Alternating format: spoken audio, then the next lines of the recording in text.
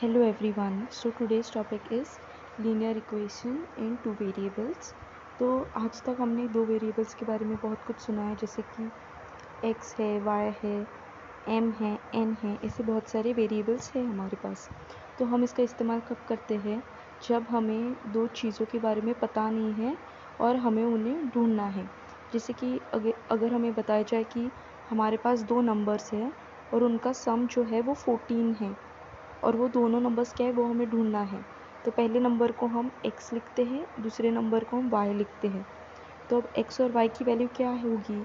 तो कुछ भी हो सकती है, जैसे कि x हो सकता है 0, y हो सकता है 14, या फिर x हो सकता है 1, y हो सकता है 13, या फिर x हो सकता है 2, फिर y हो सकता है 12। ऐसे बहुत सारे नंबर्स x और y के आ सकते हैं। ओके, तो अब हमें इसे अगर एक अच्छे से लिखना है तो कैसे लिखेंगे? फॉर एग्ज़ाम्पल, अगर x मेरा है 2 और मेरा जो y है वो है 3, तो इसका आंसर आ जाएगा 2,3। ओके, तो इसका जो फॉर्म रहता है वो ऐसे रहता है x, y वाला फॉर्म। ओके, अगर मेरे पास दूसरा कोई नंबर है, जैसे कि फॉर एग्ज़ाम्पल अगर मैं लेती हूँ x is equal to 4 and y is equal to 5, तो इसका आंसर आ जाएगा 4,5। और एक ले लेती हूँ x is equal to 2, y is equal to 7, तो इसका हो जाएगा 2,7। तो ये हो गए अलग अलग फॉर्म्स, मतलब अलग क्या बोलते हैं, x और y आपको दिया जाएगा तो इससे आप ओरिजिनल फॉर्म में इसको लिख सकते हैं। ओके, तो अब हमें एक क्वेश्चन दिया है और हमें दो इक्वेशंस दिए हुए हैं, x plus y is equal to 14 and x minus y is equal to 2। हमें इसकी मदद से x और y की वैल्यू ढूंढनी है। तो सबसे पहले ढूंढने के लिए हम इन दोनों इक्वेशंस को ऐड करते हैं। ऐड करेंगे तो x plus x will be 2x plus y, और माइनस वाई जो होगा वो कैंसिल आउट कर देगा एक दूसरे को, और 14 प्लस 2 इज़ 16, तो automatically x is equal to 8 आ गया।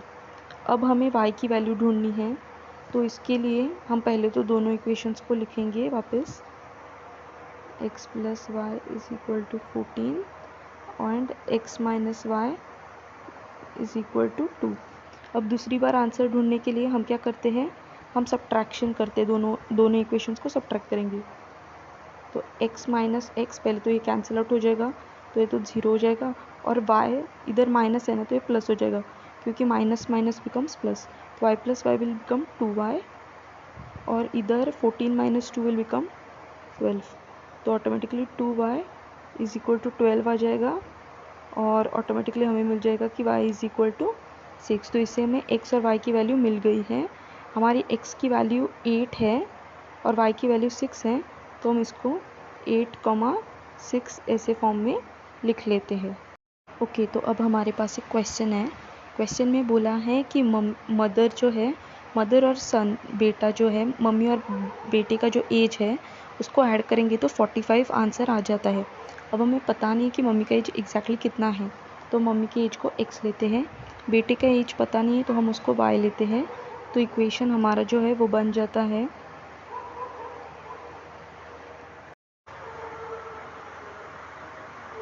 वैसे दूसरा इक्वेशन दिया है, उसमें बोला है कि मम्मी का जो एज है वो 2 टाइम्स लेने का है और उसमें से बेटे का एज माइनस करने का है, फिर आंसर 54 आता है। अब हमें x और y की वैल्यू फाइंड करनी है, तो सबसे पहले तो इन दोनों को ऐड करते हैं, तो मिलेगा 3x, ये plus y minus y cancel हो जाएगा, और 45 प्लस 54 99 होता है, तो x की वैल्यू हमें 33 आ जाती है। अब x तो मिल गया है, तो जो पहले वाला इक्वेशन है उसमें हम इसको डालते हैं, तो मिलेगा 33 प्लस वाई,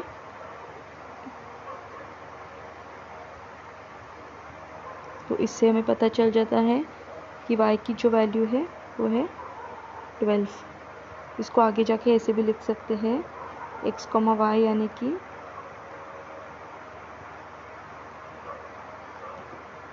ऐसे हम इसको लिख सकते हैं। Okay, it is 33,12। ओके, तो अब हमें इस क्वेश्चन को सॉल्व करने बोला है और x और y की वैल्यू फाइंड करने बोली है। तो सबसे पहले देखेंगे इसके कोएफिशिएंट्स। तो सबके कोएफिशिएंट डिफरेंट डिफरेंट है और सेम नहीं है, तो इसलिए सबसे पहले कोएफिशिएंट को सेम करना होगा। तो पहले ये वाला लेते हैं और इसमें 3 से मल्टीप्लाई करते हैं, तो हो जाएगा ये 9x होगा, इट इज़ इक्वल टू 15। दूसरा वाला तो वैसे ही लिखेंगे और फिर दोनों के बीच में हम लोग सब्ट्रैक्शन करेंगे। तो 9 - 2 विल बी 7x, ये तो कैंसिल हो जाएगा, और 15 - 1 इज़ 14, तो x बन जाएगा हमारा 2। अब x 2 मिल गया है, इसको क्वेश्चन में डालते हैं, तो 3x plus y is equal to 5, ये हमारा क्वेश्चन है।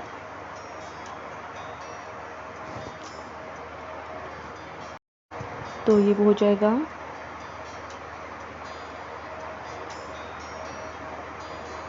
y इज इक्वल टू 5 - 6, तो y will be equal to -1। तो दोनों वैल्यूज़ मिल गए हैं, तो इसको लिखेंगे। तो अब हमारे पास एक नया क्वेश्चन है। क्वेश्चन कुछ डिफ़िकल्ट नहीं है, इजी है। कैसे करना है बताती हूँ। x और y को वैसे ही रखो और कांस्टेंट को राइट हैंड साइड पे फेंको। दूसरे वाले में वैसे x और y को वैसे ही रखो, कांस्टेंट को दूसरे साइड पे फेंको। सॉल्व करने का हिंट ये होगा कि इसमें पहले तो कोएफिशिएंट देखो सबके अलग अलग है।